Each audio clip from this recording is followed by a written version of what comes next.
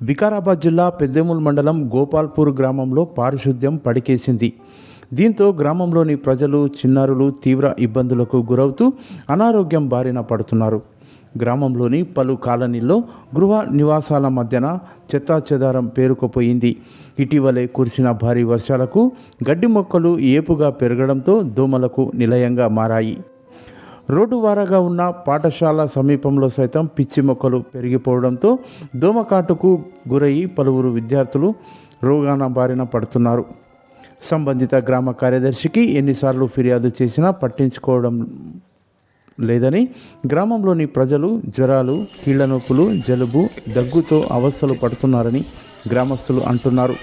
ఇప్పటికైనా సంబంధిత అధికారులు స్పందించి జనావాసాల్లో పేరుకుపోయిన చెత్త మరియు పిచ్చి మొక్కలని తొలగించి ప్రజల ఆరోగ్యాన్ని కాపాడాలని గ్రామస్తులు అధికారులను కోరుతున్నారు.